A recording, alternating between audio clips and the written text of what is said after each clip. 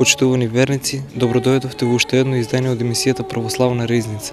Бидејќи сега се наоѓаме во почетокот на великденските пости, во ова наше излагање ќе продолжиме од претходната емисија, односно ќе позборуваме за постот, но не општо, туку она што го кажувале светите отци за него.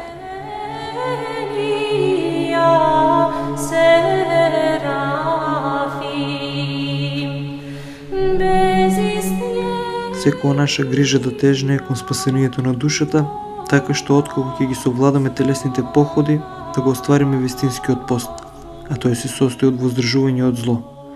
Воздржувањето од храна е добро, за да ослаби силата на плотта, да го скроти коњот на телото и да го направи покорен на духот. Оној кој пости, треба пред се да го совлада својот гнев, да се научи на кротост, да постане снисходлив, да има покајно срце, да ги прогонува нечистите помисли, да не биде сребролюбец, да дава милостина, откако секогаш ќе си го представува незгасливиот оган и нелицемерниот суд, тогаш ќе живее во мир и со љубов со ближниот. Тој е вистинскиот пост. За него изборува и пророкот Исаија од името на Бога. Ете го постот што го избрав, раскини ги оковите на неправдата, одврзи ги врските на јаремот и угнетените пушти ги на слобода и скрши го секој јарем. Раздели го лебот свој со гладните, и скитниците сирома си одведе ги во домот твој, а ако видиш гол облечи го, а од еднокрвниот не се кри. Книга на пророкот Исаија, 58 глава, 6 и 7 стих. Ако го направиш сето тоа, тогаш твојата светлина ќе се јави како зора и твоето здравје наскоро ќе се процути, твојата правда ќе тргне пред тебе и славата Господова ќе те придружува. Гледате ли, возлюбени, во што се состои вистинскиот пост? Таков пост треба да применуваме, а не безрасловно да мислиме како сите, дека постот се ограничува само во тоа да не јадеш ништо од утро до вечер. Не е тоа главното, туку друго. Да го соединиме воздржувањето од храна со воздржувањето од штетното за душата и да пројавиме големо усрдие во духовните работи. Кој пости, треба да биде покаен, смирен, кроток, тивок, да презира славата на земниот живот. Кој ги презира задоволствата и животот, тој е должен да презира и суетата и славата и да го осознава оној кој ги испитува срцето на луѓето, откако ќе се упатува на молитва и исповед пред Бога, придружени доколку е можно и со милостина. Таа особена добродетел може да ни ги прости гревовите и да не избави од огонот на гиената. Доста е милостината да биде штедра и да не биде за показ. Од последното да се пазиме не само во милостина, туку и во секоја духовна постапка. Ништо да не правиме за суетна човечка слава, зашто тогаш нема никаква полза ниту од пост, ниту од молитва, ниту од милостина, ниту од други духовни дела. Ако ја замати нашата душа секаква страст, поход, гнев, јарост, злоба, завист или други, да си споменеме чиј образ го носиме и кој живее во нас и да изгониме секаква лоша мисла од своите души. Да живееме прилично како оние кои се облекле во Христа и да не го навредуваме духот свет. Црквата е духовна болница и сите кои доаѓаат во неја треба да земат соодветни лекарства за своите рани и тогаш да ја напуштат. Само едно слушање на поука без исполнување на дело не донесува никаква полза. Затоа послушај го блажениот Павле кој вели: пред Бога не се праведни оние што го слушаат законот, а ќе бидат оправдани само оние што го исполнуваат. Послание на светиот апостол Павле до римјаните, 2 глава 13 стих. Отворете ја внатрешноста на своите души и примете го словото за постот. Сакам пред се да ги очистите вашите души, да се простите со секаква веселба и невоздржаност.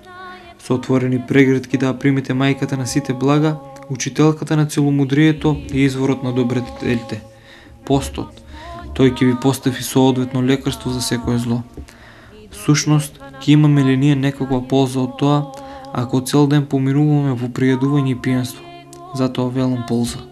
Напротив, голема штета, непоправливо зло. да даде Бог никој од собраните тука да не биде вовлечен од тие страсти, туку напротив, секој нека го поминува денот во љубомудрие и целомудрие.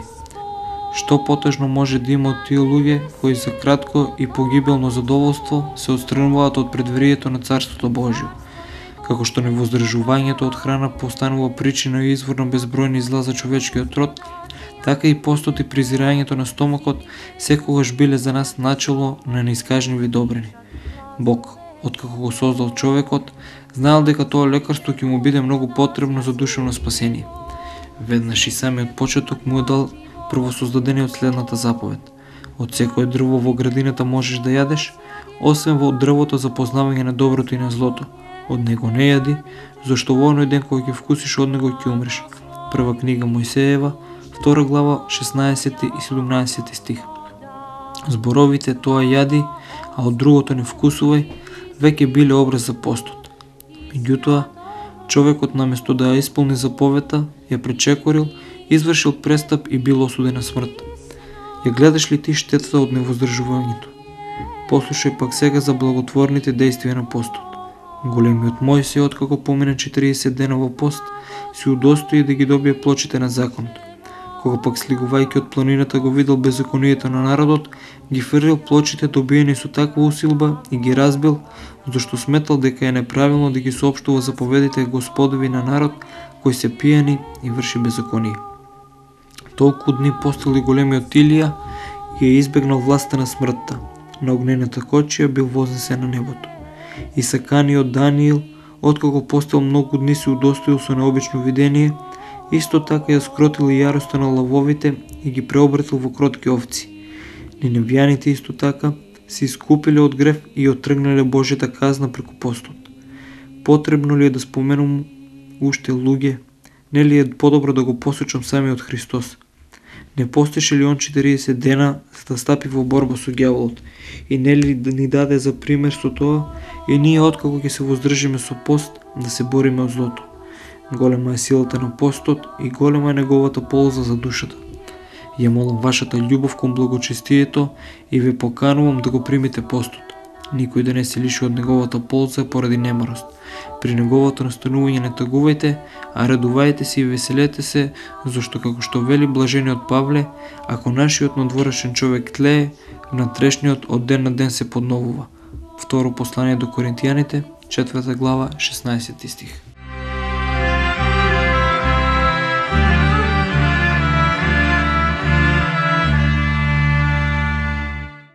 Благословена ти в женах и благословен плод чрева твоего, јако спаса родила еси. Постот е древен дар кој не старее, но постојано се обновува и цвета во целосна убавина. Мислиш ли дека за неговата древност се смета времето на потеклото на законот? Постот е постар од законот. Не мисли дека денот на очистувањето востанувен во Израелот во 7-миот месец, во 10-тиот ден од месецот е почеток на постот. Злабочи се во историјата и барија древноста на неговото потекло. Постот не е ново откритие, а е скапоценост од отците. Се што се одликува со древност е честност. Почитуваа старината на постот, тоа е современик на човештвото. Постот е озаконет во рајот. Таква прва заповед добил Адам. Од дрвото, за познавање на доброто и злото, од него не јади. Прва книга Мојсеева, 2 глава, 17 стих. Тоа, да не јадеш, е востанување на постот и воздржувањето. Ако Ева постеше и не беше вкусила од дрвото, сега ние не би имали потреба од тој пост, зашто здравите немаат потреба од лекар, а болните. Матеј, 9 глава, 12 стих. Ние сме повредени од гревот, за да се исцелиме преку покаяние, а покаянието без пост е нецелосно. Заповедано е да се покајуваме со дух, а не да се предаваме на суета. Преку постот ќе се оправдаш пред Бога. Оти не сме постеле, затоа сме истерани од рајот. Затоа да постиме, за да се вратиме во рајот. Не го поддржувај престапот на Ева, не го примај повторно советот на змијата, која ти предлага лакомост за да угодиш на телото. Не се оправдувај со недостатоци и со слабост на телото, не ги представуваш овие оправдувања на мене, а на Бога. Одговори ми, да постиш не можеш. а да се преядуваш и да го отовариш твоето тело со бремето на всекакви храни можеш. Во рајот немало ниту вино, ниту колење на животни, ниту јадење на месо. По потопот го откриле виното, по потопот е речено: се што се движи и живее, ќе ви биде храна. Кога не останала надеж за совршенство, тогаш било дозволено насладувањето. Впрочем, ползата од постот не треба да те ограничува само во едно воздржување од јадење на мрсна храна, затоа вистинскиот пост е оддалечување од зли работи, одбегнување на правдата, прости му го на својот ближен за неправдата, прости ги делата на твојот должник, не пусти во расправи и во судење. Воздржувајќи се од вино, не се воздржуваш од произнесување на навреди. Не јадеш месо, а го изјадуваш својот брат. Постиш цел ден, а киснеш во судови. Постот ја препратува нашата молитва кон небото, претворајќи се во крилја при искачувањето горе. Постот е духовно растење за семејството, мајка на здравјето, воспитувач за младоста, украс за старите, добар сопатник на оние кои патуваат, надежен служител на општеството. Постот ги раѓа пророците, дава крепости на силните, ги умудрува законодавците. Постот е добар стражар за душата, надлежен сопатник на телото, оружје за добротелесните луѓе, училиште за подвижниците. Тој ги отстранува искушенијата, ги закрепнува подвижниците во благочестието, постанува служител на трезвеноста, раѓа целомудрие во душите, во војна тој извршува подвизи, во време на мир учи на тишина, го осветува назорејот, го совршува свештеникот. Пријадувањето е начало на секакви зла, затоа постот е оружје за борба против нападите на злиот, а тој род со ништо не може да се истера, освен со молитва и со пост. Евангелие според Марко, 9 глава, 29 стих. Колку многу се благата од постот.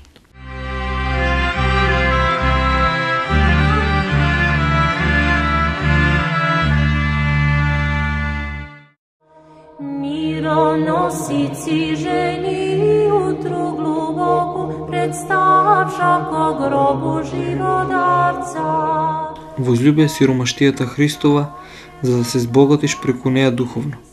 Возлюби го прекрасниот пост, зашто е дело честно и богоугодно. Постот е колесница, што вози кон небото. Постот ги раѓа пророците и умудрува законодавците. Постот е внимателен чувар за душата и надежен сожител на телото.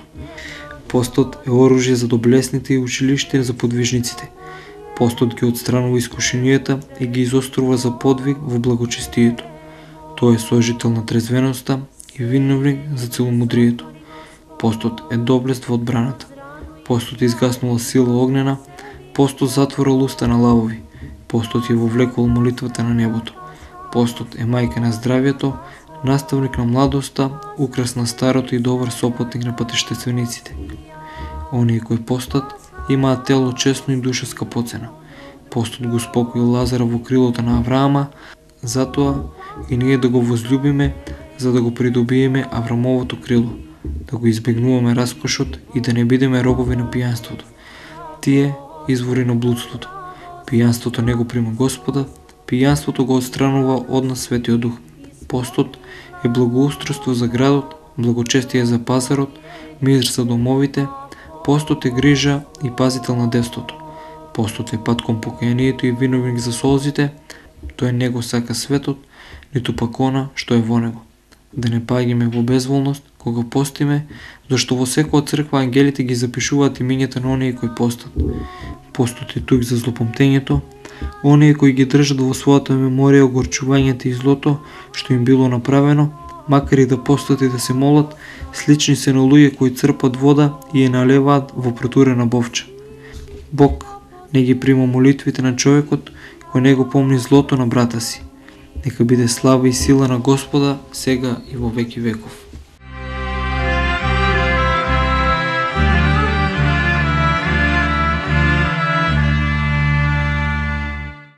Могущи поканяйте ся, яко с нами Бог, а ще паки возможете.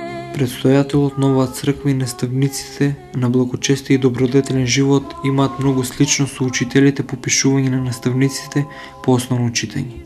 Како оние последните кои откако ќе ги земат малите и слаби деца во зборот, веднаш не ги воведуваат во завршни познавања, туку во почетокот ја цртаат на восочна плочка буквата А потоа другите букви ги учат да ги запомнат нивните имиња, им ги вежбаат раците за да ги пишуваат, понатаму преминуваат кон запознавање на слоговите и најпосле ги учат да произнесуваат зборови. Така и учителите по вера и благочестие од почеток ги воведуваат своите слушатели во основното учење, а потоа им го предаваат и совршеното знаење. Доколку во минатите 2 дена ние не ја скротивме прврзаноста на грлото кон насладувањето и стомакот, немојте да мислите дека и сега ќе говорам за истото, иако е неоспорна ползата од откажувањето да јадам месо, да пијам пенливо вино, да се суетам во готвење и да се изморувам во честење. Затоа, доволно е кажано, па и вашите дела ја докажаа силата на убедувањето. Вие кои ги изучивте основното знаење, редно е да се запознаете и со другото, со повисоките поучувања. Има пост и нетелесен, има и воздржание нематеријално, кои се однесуваат на душата, тоа е воздржување од зло, заради кој е востановено и воздржувањето од јадење и пиење. Постете од завист и злоба, воздржувајте се од посекувањето на тугото, избегнувајте ја нечестната печалба, умртвете ја страста на сребролюбието, не украсувајте ги своите куќи со килими и мебели, придобиени со насилство и грабеж, зашто каква полза има да поднесуваш за својата уста месо, а ако го гризеш својот брат со злоба? Каква придобивка има во тоа да не го јадеш своето, а да го крадеш туѓото? Какво е тоа благочестие да пиеш вода, а да жеднееш за нив? И Јуда постел со 11, но откако не го укротил сребролюбивиот карактер, немал никаква полза од своето воздржание. И ѓаволот не јаде, зашто е дух безтелесен, но поради злоба се симнал од својата височина. Ѓаволите никој не може да ги обвини за пријадување или пијанство, зашто нивната природа е туѓа на секое јадење и пиење, меѓутоа тој не им пречи дење и ноќе да го крстосуваат воздухот и земјата против нас, како слуги на злобата и војници на злото. Љубомудрието нека биде раководство за животот на христијанинот и душата нека ги избегнува нападите од злото, зашто ако се воздржуваме од месо и вино, ако грешиме со срце и волја, претходно сведочам и предскажувам дека никаква полза не ни донесуваат водата, овошјата и постната трпеза. Штом немаме внатрешно расположение, што ќе одговара на надворешната состојба, постот е нареден за чистота на душата. Ако тој се осквернува од спротивен ред на строенијата и активности, зошто тогаш напразно ја расфрламе водата што ја пиеме? Каква полза од телесниот пост, ако умот е нечист? Каква полза ако колата е здрава и принадлежностите ѝ се во ред, но колорот е ненормален? Каква полза ако коробот е солиден и уреден, но кормиларот е пијан? Постот е основа на добредетели кои го лекуваат нашето спасение.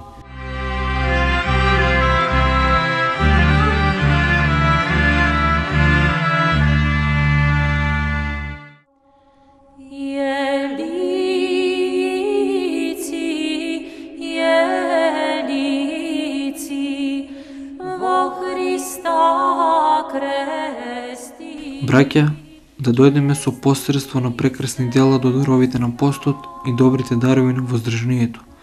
Со добрите дела да потврдиме својата добра волја кон нив, постот и воздржанието. На дело да покажеме какви плодови донесуваат тие, бидејќи дрвото по плодот се познава. Меѓутоа, земјоделецот што се труди, прв треба да вкуси од плодот. Разбери што ти зборувам, вели апостолот. Така секој добродетел ги чисти и украсува и душата или телото, поточно кажано само некој дел од душата или телото. Да речеме, молитвата и знаењето го украсуваат и чистат умот, кротоста го зауздува гневот, целомудреноста, чистотата ја гаси лакомоста, постот и воздржувањето го смируваат бунтот на телото, лудоста на гневот ја смируваат страстната желба, создавајќи во умот чисто и ведро небо без ниту едно облаче, да ја чистат душата од испорувањата кои се јавуваат како резултат на пријадувањето и затемнувањето кое од тому доаѓа. Благодарејќи на постот и воздржанието, надворешниот човек копне, а во согласност со тоа кој толку копне, внатрешниот човек се обновува, како што вели апостолот. Некој кажал дека преполниот желудник не раѓа истечен ум. Според тоа, сразмерно на тоа колку човекот станува истечен со помош на постот и воздржанието, толку истечен просветлен станува и неговиот ум. На тој начин, се што е прекрасно и добро, успешно се доведува до крај и завршува. Постот и воздржанието се двојни зидини, и оној кој живее внатре во нив треба да се насладува со големо спокојство, како да се наоѓа во Ерусалим, бидејќи Ерусалим во превод значи мир. И еве, во освојачки поход под овие зидини стигнува демонот. Таму, каде што ќе забележи дека зидините внатрешно не се безпрекорно заштитени, навалува и ги руши како со борбени машини за пробивање. Оние пак, кои се наоѓаат во овие зидини, не само што ги презираат разнобидните јадења, туку за да заштедат сами си месат леп. Периодот на постот не го опфаќа целиот твој живот. Освен тоа, од ден во ден, заоѓањето на сонцето го ограничува твојот пост. Зарем ни е лесно на сите, зар сите не се способни за ово воздржување од храна? Оброците нека бидат во согласно со постот, за ни оној кој умерено се воздржува од храна и умерено јаде да не биде толку позади оној кој гладува. Ти може би се грижи за телото и го избегнуваш постот, мислејќи дека тој те исцрпува. Напротив, токму прејадувањето предизвикува болки во коските, главоболка и други болести, додека постот е мајка на здравето. Покрај тоа, против своето тело не греши само блудникот, туку и ненаситниот, бидејќи го прави телото слабо и болно. Бидејќи невоздржанието се пројавува ни сите сетила, тогаш на сите нив ќе им наложиме воздржание. Ако постиш во поглед на храната, а очите те наведуваат на прелюба во скриените одеи на душата, на раздозналост и на клевета, ако ушите наведнуваат да слушаш навреди, лоши песни и злобни дошепнувања, ако и со останатите сетила се изложуваш на работи кои ти штетат на нивен својствен начин, тогаш каква е корист од постот? Се разбира никаква. Ти, например, бегаш од едно зло, но во посредство на сетилото отвораш влез за оние другите. Ние сме составени од душа и тело.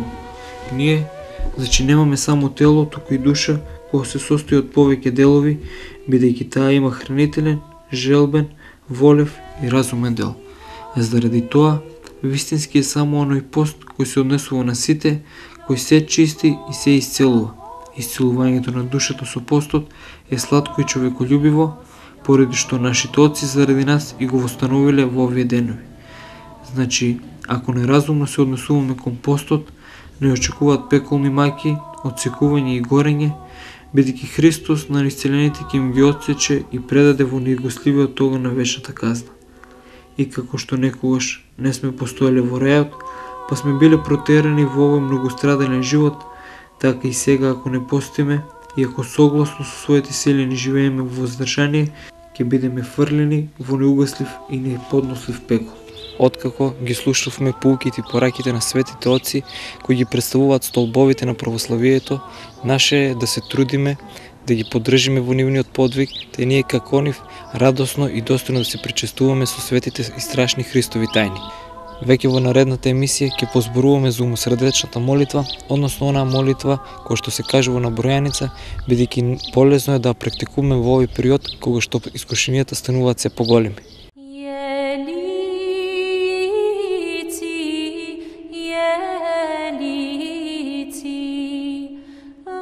Христа крести